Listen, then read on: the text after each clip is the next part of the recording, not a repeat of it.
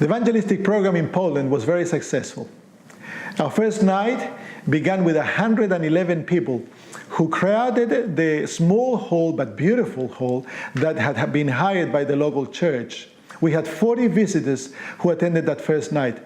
The local church members were just taken. They had not expected that they were going to have such success to their efforts. The numbers dropped the second night to about 80, out of which 32 were non-Adventists. And the locals were a little bit uncertain what was going to happen the following nights. I began to pray and I began to ask the Lord, give us 50 non-Adventists coming to the program, please, Lord. And the miracle happened. The numbers began to increase night by night, and we ended up having between 40 to 45 non-Adventists coming every night. And the last evening of the program in the hall, we had 55 non-Adventists. The Lord said to me, I have heard your prayers and I have answered. I was just so glad.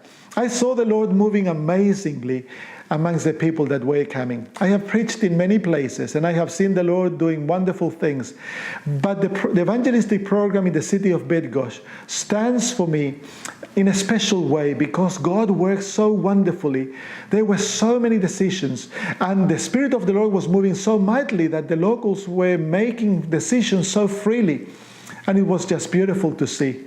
The last Sabbath of the program, we invited the people to come to the church to join us at a church service in the morning, and then for luncheon, and then an evening program.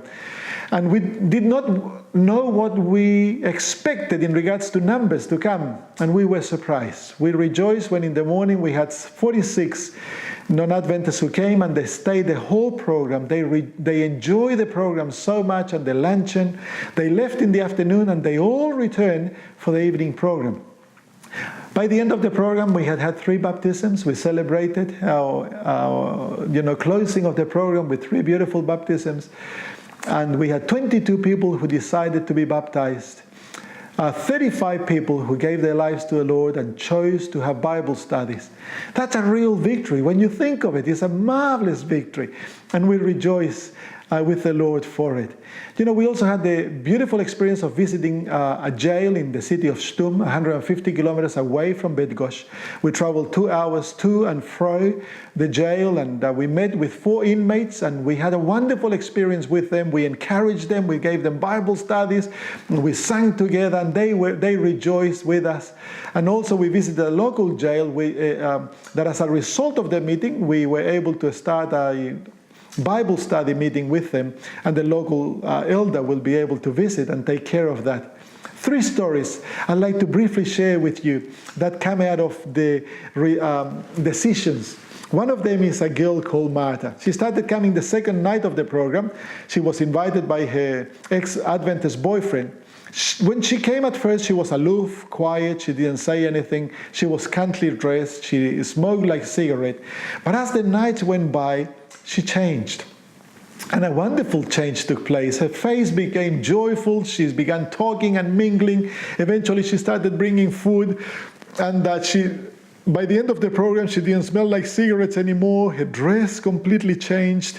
She made decisions to study the Bible, to accept Christ as her Savior. She made decisions to be baptized eventually, and also to start keeping the Sabbath. You know, on Thursday, just before the program finished, it was her birthday, and she woke up in the morning and said to God, I wish someone could sing happy birthday to me. That evening, without knowing what she had prayed, the pastor approached me and said, Sam, it's Martha's birthday today. And so just before I preached, I announced to the people that it was Martha's birthday. And I asked them if we could sing. And so Ziggy began to play the guitar, and I began to sing, the Polish version of Happy Birthday. And the whole congregation sang, and Martha began to cry. And eventually she stood up, she gave thanks, and then she told us the story of what had happened the previous morning. Sabbath afternoon, Martha shared with us that she needed to leave because the family had put on a birthday party for her. And she was so sad because she wasn't going to be able to be there for the evening program. She didn't really want to be in the birthday party. We took her home, we said our farewells, but to our surprise, after the baptism, when an appeal was made, Martha came forward. She had cancelled her birthday party in order to be present for the last program. And that girl, she really accepted Jesus in her heart. Margaret was also a woman that started coming just because she was drawn by the health programs that we were running. But the first night, after the health program, she decided to stay out of curiosity to listen to what I had to say. And she was hooked. She came to every single night. But there were no external manifestations of any decision, and I was taken by that. So I wanted to talk with her, and she was shy. She didn't want to really open up much. But on Saturday evening, she approached me that she wanted to share with me. And Margaret shared that the joy that had flooded her soul during the programs, and how her life had been transformed, and how now she had hope and a sense of direction and for her future life.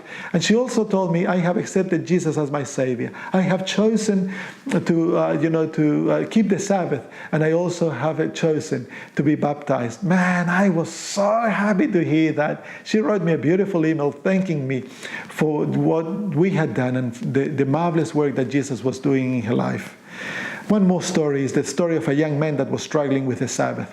He had businesses running 7 days a week, but he was convicted with the reality of the fact that he needed to keep the Sabbath. He had made a decision to be baptized.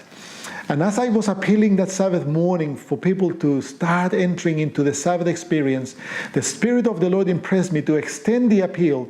And as I looked to this young man, he was with his head down, and I could see he was struggling with the decision. So I extended the appeal. And after a little while, he looked at me with a smile on his face and stood up and made a decision to start keeping the Sabbath. And at the end, on the Sabbath evening, he also stood up again, confirming his decision for baptism. I pray that you will keep these people in prayer. The struggles will come. But there's nothing more joyful than to bring people to the Lord. I have invested my life in preaching the gospel, and I pray that you will also do the same. Spend your time, your energy, and your funds in the wonderful work of bringing souls to Jesus. There's nothing more beautiful than bringing souls to Christ.